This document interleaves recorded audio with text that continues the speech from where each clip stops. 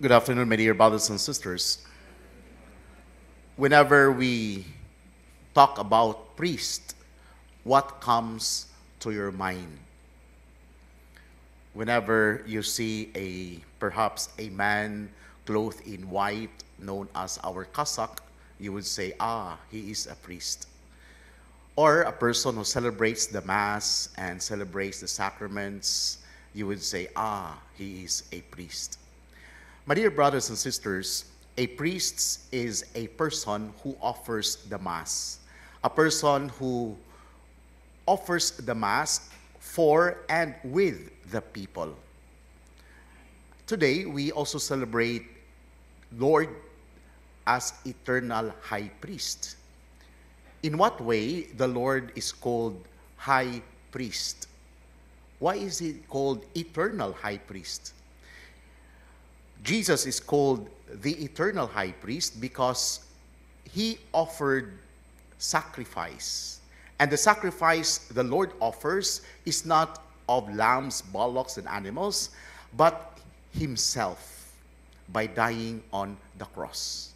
In other words, Jesus is considered as eternal high priest because he offered himself as a ransom for many. And the sacrifice of the Lord on the cross is being perpetuated today in an bloody manner in the sacrifice of the Mass.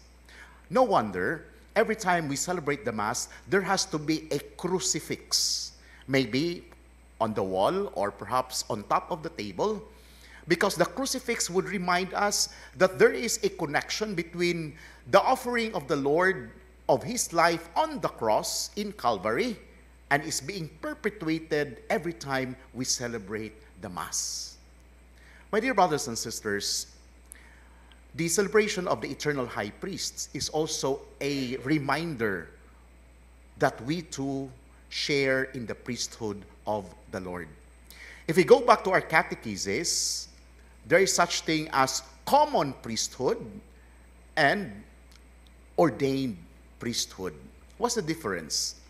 That all baptized shared in the threefold function of Christ, being priest, prophet, and king. And your priesthood as a baptized is called common priesthood. My priesthood, on top of being a common priesthood, is also an ordained priesthood. In what way we are priests? How can we exercise our common priesthood?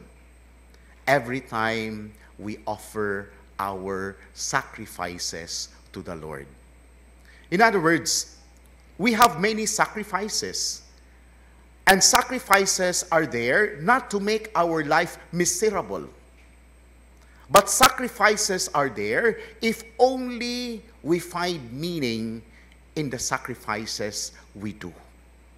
The sacrifices that we do become meaningful, become light, if there is a reason. And why do we sacrifice? Not to make our life miserable, not to make our life difficult, but we sacrifice for the intention of other people. We sacrifice in order to go to heaven. And so, every time we sacrifice, like for example, we go to the chapel every day to attend the Mass, isn't that sacrifice? Being parents, we wake up early in the morning to prepare breakfast, dinner for our family. Isn't that sacrifice? As students, every time we study, isn't that sacrifice?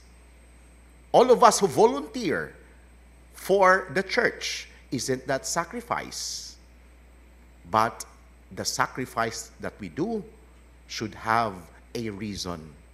For example, I sacrifice for the eternal repose of my beloved, that their sins would be forgiven. I sacrifice so that my son will be converted. I sacrifice so that my niece would pass the board exam. I sacrifice so that my sins would be forgiven. In other words, there will be meaning of the sacrifice that we do if we offer to the Lord. And that is being called to practice our common priesthood.